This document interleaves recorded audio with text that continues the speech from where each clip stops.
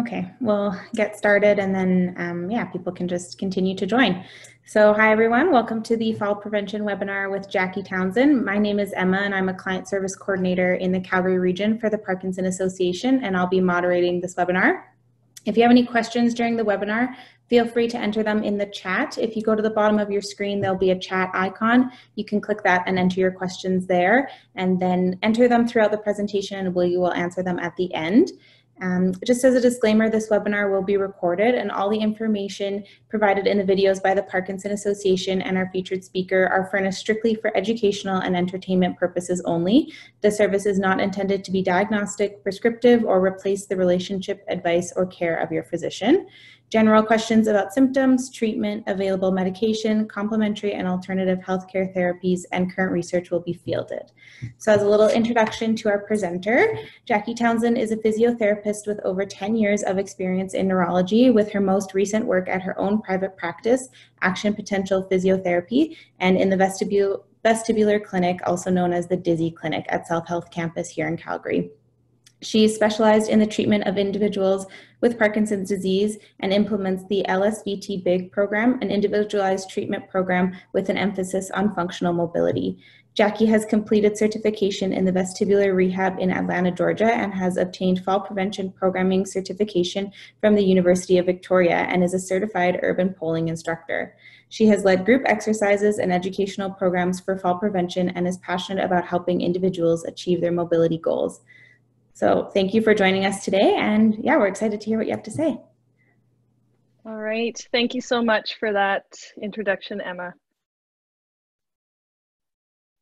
Today, what I hope to go over with everyone is information about falls prevention. So we'll start by defining a fall. We'll discuss the impact that falls can have on individuals and the population. We'll explain what balance is, and talk a little bit about common risk factors that can lead to falls. And we'll finish off by discussing how to manage if falls do happen. As we work through this presentation, we'll also talk about ways that we can manage our risk factors.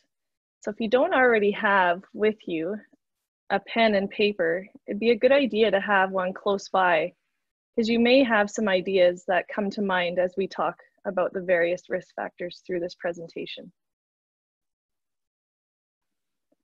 So first of all, we define what a fall is. And the reason that we do that is because in my experience, everybody has their own specific way of defining what a fall is. It's only a fall if they hurt themselves, or it's only a fall if they landed on their bum, or it's only a fall if they bled.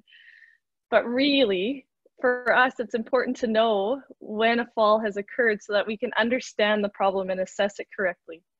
So it's important that we define it in a consistent manner.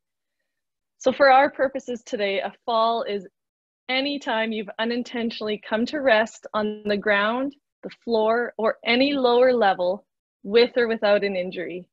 So it doesn't really matter if you stuck the landing. If you've unintentionally gone from being up to being down, that's a fall.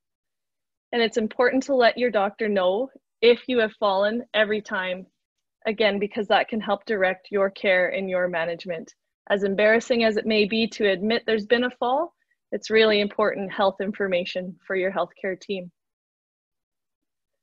So falls can result in a range of injuries,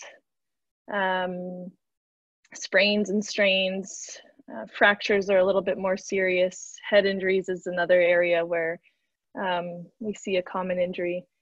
And this can really have an impact on day-to-day function and unfortunately lead to a vicious cycle of loss of function. And so falls actually account for up to 85% of all hospitalizations for older adults. So that's 65 and older, which is a high number. So what's being demonstrated here is the feedback loop that can occur when a fall occurs. And so a fall may or may not lead to an injury, but with that injury, there can then be a fear of falling again. And so that fear of falling is a really debilitating factor and can then lead to restricting what you do. Maybe you don't find it enjoyable to go to the movies anymore because you're worried about making it to your seat. And then what can happen is, because you're not maybe going out as much, avoiding certain activities, there can be a combination of deconditioning, because you're not moving around quite as much, and social isolation, because you're maybe avoiding those activities. And those are actually risk factors that put you at risk for another fall. And so it can be quite easy to get caught up in that negative feedback loop. If a fall has occurred, this data is from the Canadian Institute for Health Information. And so what it's showing here is that there's only about 29% of the folks who had a hospitalization after a fall go home without support. Most people who have suffered a fall requiring hospitalization required at least some level of increased support afterwards. So it can certainly be a life-changing event. Falls are actually the leading single cause for emergency room visits in Alberta. And so here this data is showing 23%. So it's the leading single cause of emergency room visits. So it can have quite an effect on our healthcare system overall. What we see is with individuals with neurological diseases, fall prevalence is actually higher. So I won't read all of these stats out, but basically just simply by having a neurological condition, you're at a significantly higher risk for having a fall. For Parkinson specific, there was 2 studies that actually found that 60% of all individuals with Parkinson's disease reported at least one fall in any given year. And so again, that's a really high part of the population. Parkinson's specifically causes changes to our muscle tone, so rigidity. We can experience freezing. There's postural instability. There might even be cognitive changes, and all of that, unfortunately, can work against you and lead to falling. And that's not even to mention the fear of falling that can come with some of those changes that you could feel in your body. So we have a lot of overlapping systems that all contribute to how we function. And so it's not just simply about our balance and that's it. It's actually multiple things working together. And so balance, of course, is one of them, but we need our muscles to be flexible enough, strong enough. We need them to react when we ask them to. And so we may have impairments in one or more of these domains, but because a lot of these systems overlap, we may then be able to optimize or improve some of the other domains that we do have control over. Just briefly, I wanted to define balance for you because it is a very important part of the topic when we're discussing falls. But it's essentially the ability to align our body over top of our base of support. So what's being shown with the feet and the little X in the middle, that area shaded in gray, that's our base of support. So our job is to hold our balance within that small area. If we added something like a cane or walking poles or a walker into that area, you would then have a much larger base of support. So the whole purpose of balance is to hold your body on top of what you've got below you. So we do that by using our 3 main sensory systems, which again, they overlap and they work together. So our visual system is used to orient ourselves to where we are in space. So be able to see, am I tilting? Where am I relative to the horizon, everything that's around me? So we use our visual system that way for balance. Our somatosensory system is what we feel in our skin, our muscles, and our joints. We get feedback about where we are and what we're doing. And so this system is really important to give us that information about, have we stepped on an angle on the sidewalk? Have we stepped on a rock, for example? And then the vestibular system is actually fluid-filled tubes in your inner ear that detect acceleration. So they detect when you've performed a movement, a turn, for example. Are you standing still on a bus that's moving? It'll help detect some of that type of motion. So these three systems overlap with each other. And when we're young and when we're healthy, we can manage well, even if we remove one of these systems, because the other two systems will work well. And so an example of that would be navigating through the dark, for example. If I have a good sense of how I'm moving because my vestibular system is working well, and I have full sensation in my body, I might be able to navigate through a dark room without any difficulty. That being said, these systems do decline naturally as we age. We may lose visual acuity. We may lose our sense of touch and feel. And so when that starts to happen, we may not be able to do some of the things that we could once do so easily because we've lost a little bit of that sense. So there is a bit of overlap. But as we age, that overlap starts to thin out a bit. So we talk a little bit about risk factors for falls because fall prevention is a really individualized topic. And so each of us have our own set of factors that might put us at risk for falls, which means then that there's no one single approach that's correct.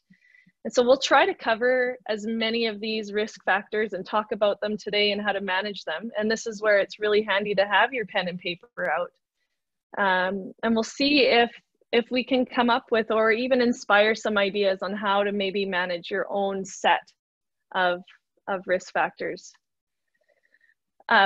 Risk factors are split into these 4 global categories. So there's things that are part of just how we're made, our biological or intrinsic risk factors.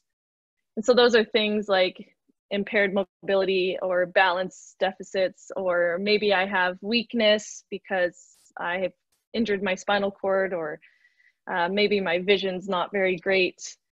So those are all just sort of part of who we are. The next category is behavioral. So these are the things we do. What is it that we get up to? And these can be things like risk-taking behaviors, or I stayed up super late last night, but now I'm not feeling very good when I move about. So those are behavioral risk factors. Social and economic, those are things about our environment and where we're living. So our income, our access to nutrition and socialization, things like that. And then environmental. So this is physically where we're at. Do we have lots of stairs? Do we have a really uneven sidewalk? That type of thing.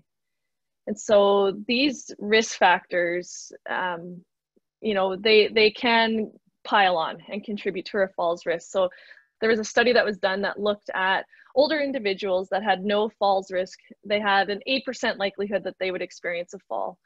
And when they looked at older adults that had 4 or more of these risk factors in their list, they were actually at a 78% risk of having a fall. And so it doesn't take that many of these risk factors to pile up.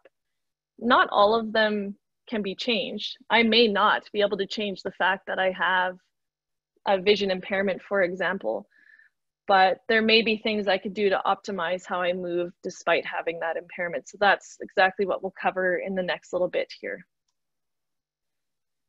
So biological or intrinsic factors, some of the examples were chronic illness or disability. So a common example that I use is blood pressure, where if somebody were to have low blood pressure or something called postural orthostatic hypotension, it means that when you stand up quickly, you basically become dizzy. But that may not be something that I can change. It's just the way that my body is operating my blood pressure.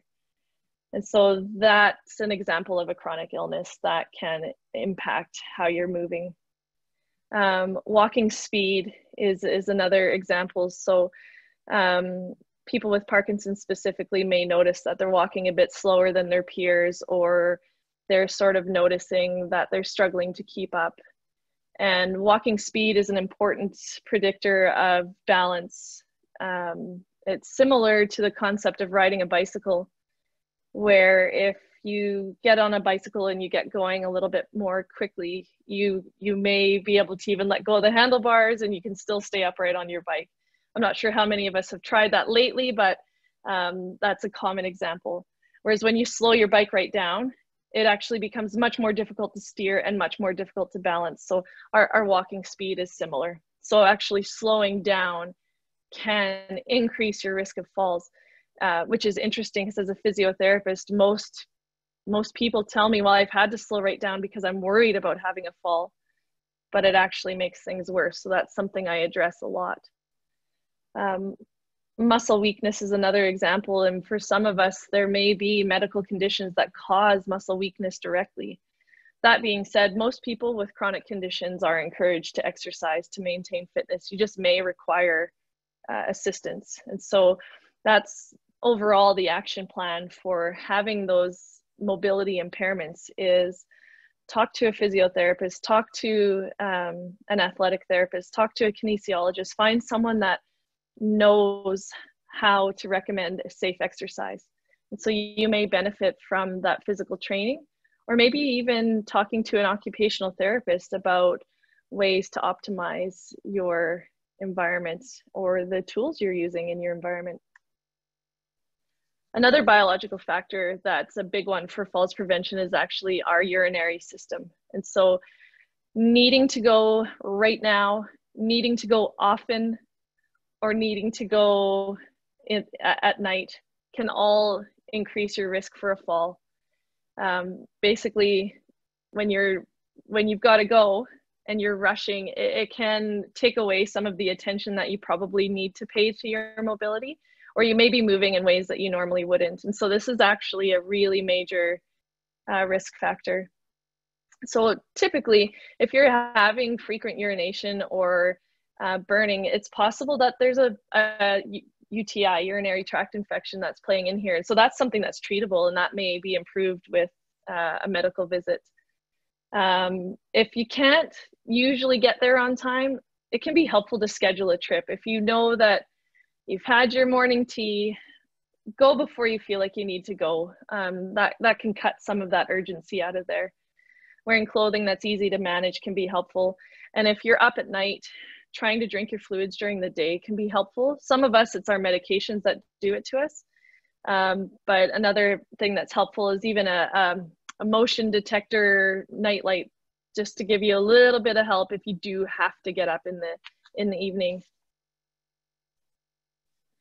Vision's another one. I've given it as an example already, but we talked about how your eyes play an important role in how you're moving. And so it's really important then, if you do have glasses, put them on, or if you do have to get up in the dark, like I said, use that nightlight and get your eyes checked regularly. As we age, our vision does tend to decrease anyway. And so if you are someone who's using your vision quite a bit for your balance, because maybe you do have some vestibular or sensory issues, you really want to make sure that you're optimizing what your eyes can do. So behavioral risk factors is the next sort of category of risk factors. I want to say that just because it's labeled as behavioral, it doesn't mean that it's something that you're doing on purpose or you're choosing to put yourself at risk. An example that I can give is from a recent visit with my dad. He's wearing big work boots to go work and doesn't want to bring them into the house. And so instead of coming into the house to sit down, he stands on the top step and puts his foot up on the top step to do his boots up. And so he has reasons why he's doing that. It makes perfect sense. He doesn't want to drag them in the house to go sit down. He uses the stairs because it's easier for him to put his foot and rest it on there. But what he's not really thinking about is if he did have a fall, he's got a huge concrete pad below him. And so because of his age, he's at that higher risk for having a fall. It's just not something that he really would have thought about. So these are tricky. It's tricky to identify sometimes. Another example is maybe you have a hard time putting shoes on. And so maybe you wear slippers that probably don't offer the greatest stability or grip. And so those are a few examples. It can be difficult, like I said, to avoid taking those unnecessary risks, but you really would want to think about, could this lead to a fall? And if so, is the benefit of what I'm doing outweighing that risk? Older adults who have fallen once are actually 2 to 3 more times likely to fall again. And so even just having that fear of falling can increase your risk. And so that's another sort of behavioral risk factor is that, you know, if that fall has even happened once in the first place, it can really lead to that increased risk for more. Poor sleep falls under the category of behavioral risk factors, although many of us have sleep disorders that I wouldn't necessarily agree that it's behavioral, it'd be more biological, but for the purpose of today, it's lumped under behavioral. But basically, poor sleep can impair your judgment and mess with your coordination. And so obviously that can make then your reaction time and your ability to balance or respond to obstacles a challenge. Poor attention is another example. And so if your balance is impaired in any way, you may need a little bit more attention than you used to make sure your foot's landing just right, or make sure that you're turning the corner just right. And so many of us multitask. Many of us may have our phone in our hand and be going to grab a cup of coffee, but if you're not really watching where you're going, it does obviously increase your likelihood that you could fall. So improving sleep, there are sleep hygiene strategies. For some people, they do require medication, but the downside to the medication is if it makes you sleepy, it also puts you at risk for having a fall. So sleep hygiene strategies can be really helpful if you're not already trying them and do have poor sleep.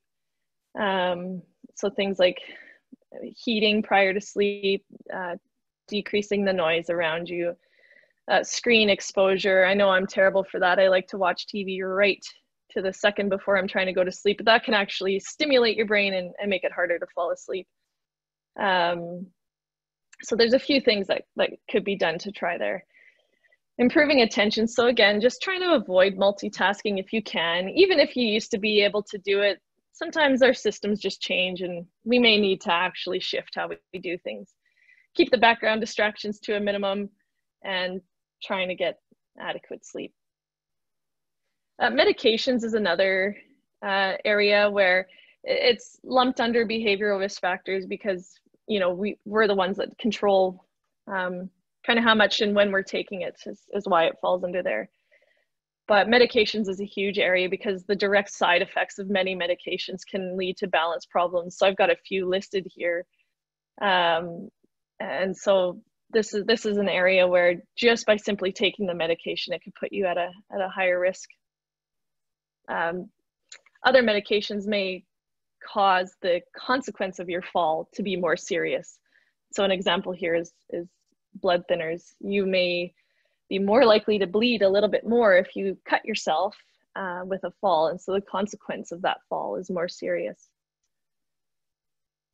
So the action plan, you may find it helpful to speak with your pharmacist or doctor just to ensure that you're not having additive side effects. So if you're taking many medications that can cause low blood pressure, or many medications that can cause you to feel dizzy or rush to the washroom, it's worth talking about and finding out what types of medications you're on and how they might be impacting you.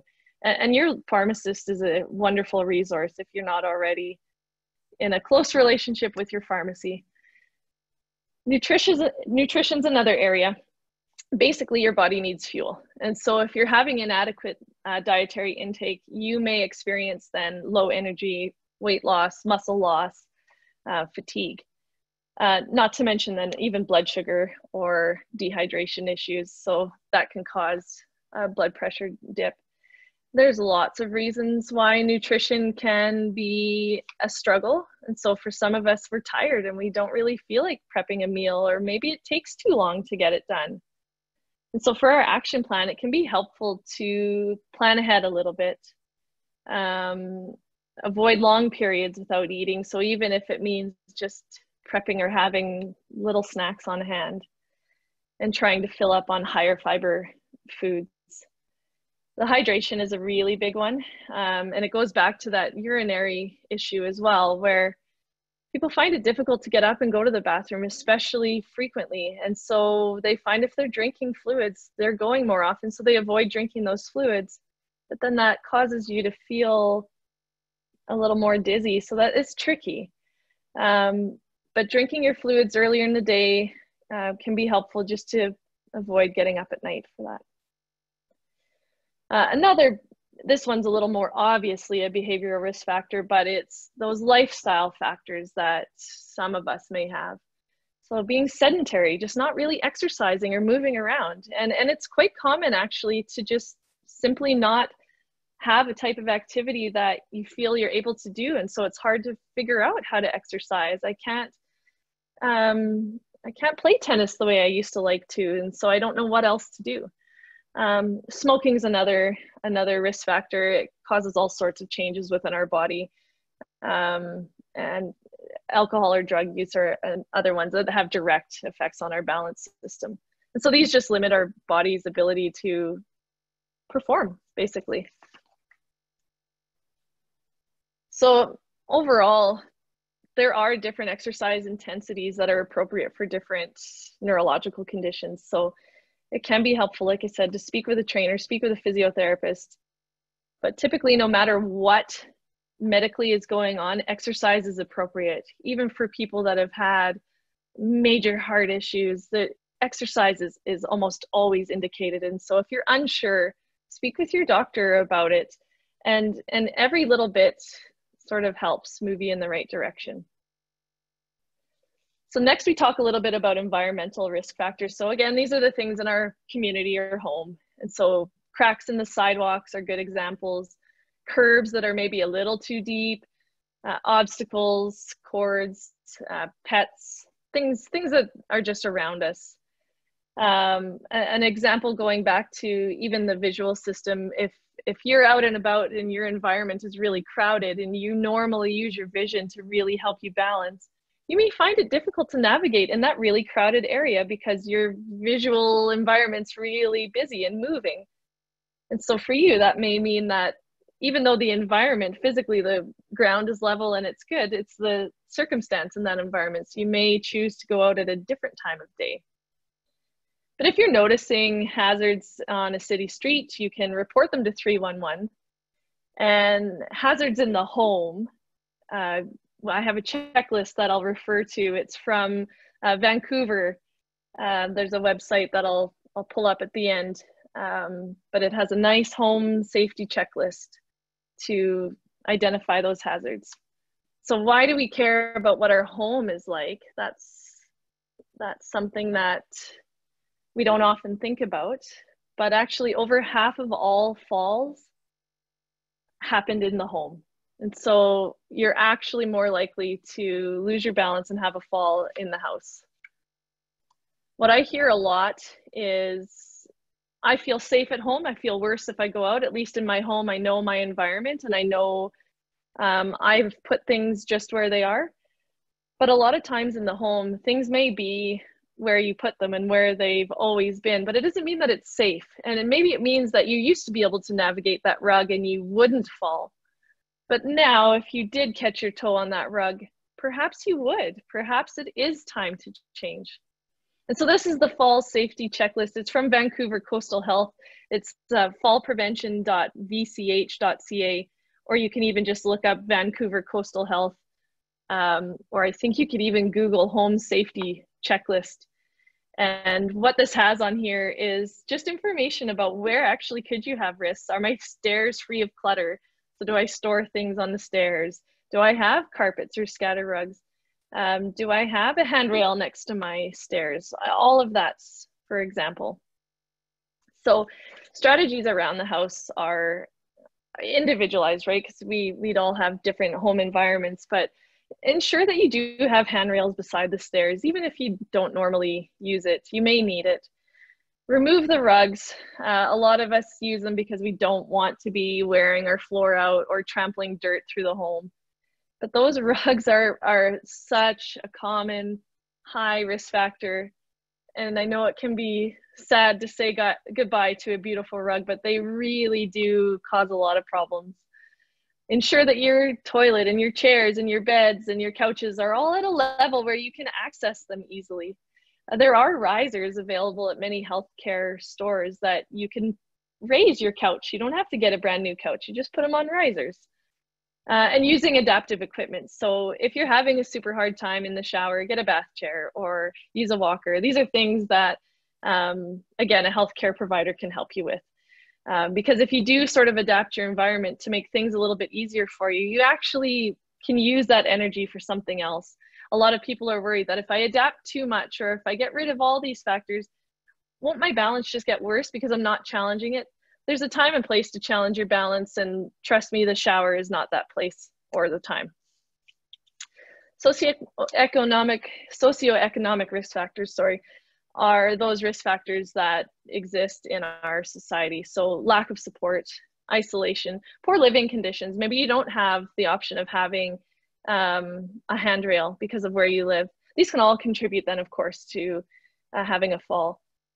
What can be helpful is to carry a phone or lifeline in case you do have a fall. So if you do happen to live alone, if you've got a phone with you, you could call for someone. You're not going to be stuck there, hopefully. A lifeline, for those of you who don't know, it just alerts an emergency contact or EMS and can detect actually a fall. And you may want to talk to your healthcare provider about available support groups in the community that might be appropriate for you. So getting up from a fall, this is an area that, again, can be really tricky and is an individualized thing. So I actually train people to have this strength to get up from a fall. And so I know a lot of people avoid getting down on the ground because they're worried about getting back up. But that is one way to train to have that movement. My biggest advice is, if you're okay, if you haven't been seriously injured, take your time there, calm down, and just do a scan and look for those injuries.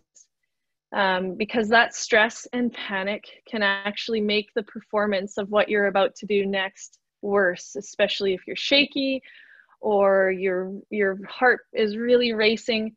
It can make it really difficult then to get back up. So take a minute if it's safe to do so. If you have someone at home, call them over just to help a little bit if they're able to. If not, take this one step at a time. So the first sort of thing is, if you're able to, crawl or scoot or roll towards a steady furniture. So something that you know you could push up on. It's really hard on our balance to get up from the middle of a room. And so that's why I say just get right over to some furniture. Make that your plan if it's safe to do so. I know I've had patients who have fallen out in their yard before and they've crawled or rolled over to the fence, for example. So any stable object can be helpful in this situation. Basically what you're doing from there is trying to pull with your arms and push with your legs into a kneeling position. This doesn't feel good on most of our knees, but hopefully you won't be spending too much time here. This again highlights some of the benefits though of having a strong body and having a flexible body, because you need it to be able to perform in times like these. The next thing that can be helpful is to get one leg out in front of you so you've got a foot flat on the ground. Again, this is where I find most people slow down. If you have a partner with you, it can be helpful to put something slippery under your foot, because people feel like their foot is stuck and it can't slide. I can't bring my foot forward. And it's heavy, it's hard to lift. So even if your partner was there trying to lift your leg for you, that's hard to do. So go grab a garbage bag or a shopping bag, put it underneath that foot, just wedge it under there, and then the foot should slide a little bit. Of course, then you'd want to get that garbage bag out of the way so you're not standing on a slippery surface. But that's one way that you could use your environment to help out. The next part is the trickiest part. It's being able to actually push from that half kneeling position into sitting. So here in the diagram, we're at number 5. So you don't actually have to stand all the way up from here. You're just trying to get your bottom on a higher surface. So again, this is where if you do have someone with you, if you have a step stool or you have a lower stool that you could bring, you can do this number 5 in stages, where you prop your bottom up onto one level, take a break, because you're probably tired at this point. Then once you've recovered, you could prop your bum from there onto the next higher surface. hopefully at this point it's a chair, so then you can recover and rest and get out of that chair when you're ready. So this is a really tricky move for some people, and it is something that I do encourage practice with, typically not on your own if it is a challenging thing to do, but this is where you may want to work with a physiotherapist on preparing your body to be able to help with this. For Parkinson's specifically, what I also find is that because your movements are slower and smaller than what you would expect, it can be really helpful to perform the components of the movement using a really exaggerated movement. So that helps overcome the slowness. So you'll feel like you're doing way too much or you're going way over the top, but actually what's going to come out is probably a more normal movement. If freezing is an issue for you, it can be helpful to have a cue.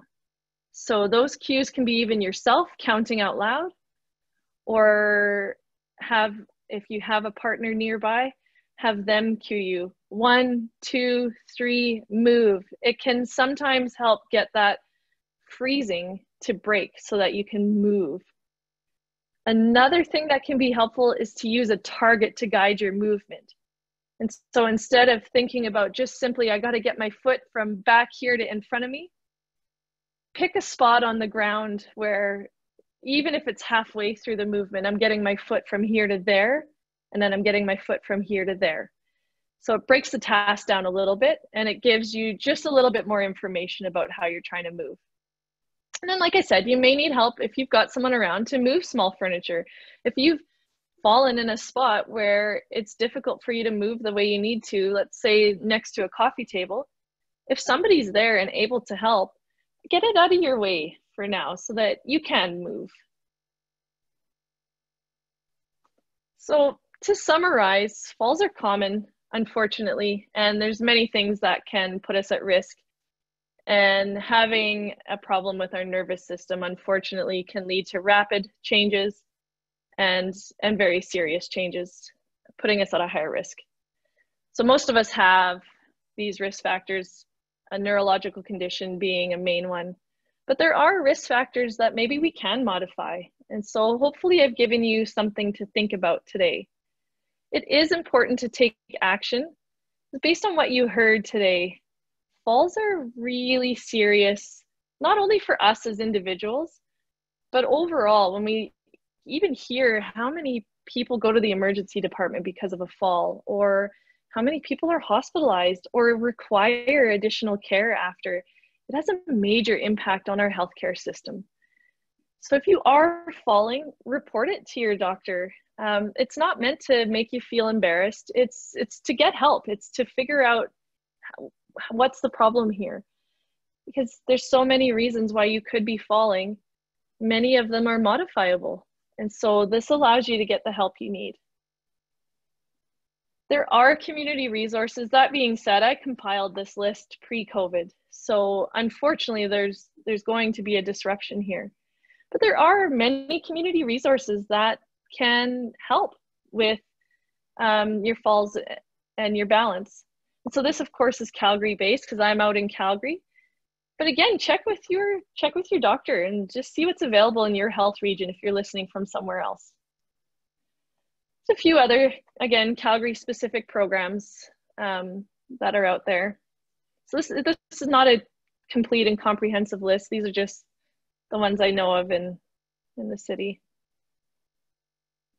And then these are some of the websites. So Finding Balance Alberta has a lot of information on falls prevention. So if you've never checked it out before, it's such a good resource. That checklist that I talked about, it's at fallprevention.vch, Vancouver Coastal Health. The City of Calgary's recreation programs, again, I'm making an assumption that they've been disrupted.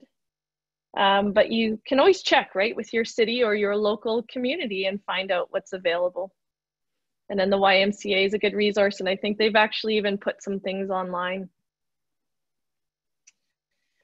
All right, so I would be happy to try to answer any questions that have come in at this point.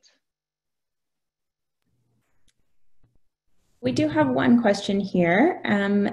They're wondering if there's any products or maybe organizations that offer part-time services for falls if you are alone. So let's say you're not alone majority of the time, but there's a time or two here or there when you are alone. Is there something that you could use for that? Oh, like a companion type of service? Is that? Yeah. Yeah, yeah. So it depends, I suppose, what services you may already be connected to. So home care does offer some types of respite services. There are also private, like healthcare aid services. Off the top of my head, I think it's called Granddaughters is an example, but there are private healthcare aid services. Um, and honestly, there probably are volunteer resources out there, but I can't think of any specifically off the top of my head. But yes, those services do exist, and it is a good option. The most common thing I think that people do though is use a lifeline if that's the case, because it does the lifeline's either a necklace or a bracelet, and what it can do is it can detect a fall. So if you've changed body positions rapidly, it detects it and it'll alert your emergency contact. So even if you are alone, you still have that connection if something were to happen. Okay, great. And then the other question is, when moving up from a fall, is it easier to start with your feet? I know you did mention getting up to start with your feet. Is that the case every time? It depends, I suppose, on what has happened. So yeah, it's not the case every time. Some people's hip range might not allow them to move in a certain way, but typically the objective is to get onto hands and knees, because you need to be able to get your trunk upright. To go just from sitting can be really challenging unless you have really good arms. If you have really good arms, you might be able to kind of push up onto a low stool. Like, for example, if you've maybe fallen at near the stairs, you'd have to have a good, powerful upper body to do that. But yeah, there are creative ways, and yes, we definitely have to think outside the box sometimes, but typically the goal is to get on your hands and knees and get at least one of those feet underneath you. Okay, great. I'm not seeing any other questions, but maybe I'll give it a minute or two and just see if there's any others. For sure, for sure. Thank you so much today for all the information. It was great to hear and really important. So thank you again. And yeah, we just wanted to thank you for sharing your knowledge, and thank you to everybody that was able to attend. Our next webinar is scheduled for Wednesday, August 5th at 10 a.m. and that's a live webinar with Bonnie from the CRA, and she's going to talk about the home accessibility tax credit. So if you want more information on that, you can go to our website at www.parkinsonassociation.ca or contact your local client service coordinator. Okay, yeah. Well, thank you again. It doesn't look like there's any other questions. Okay. But at that. Okay, perfect. Thank you so much for having me today. Yeah, thanks for joining us. All right.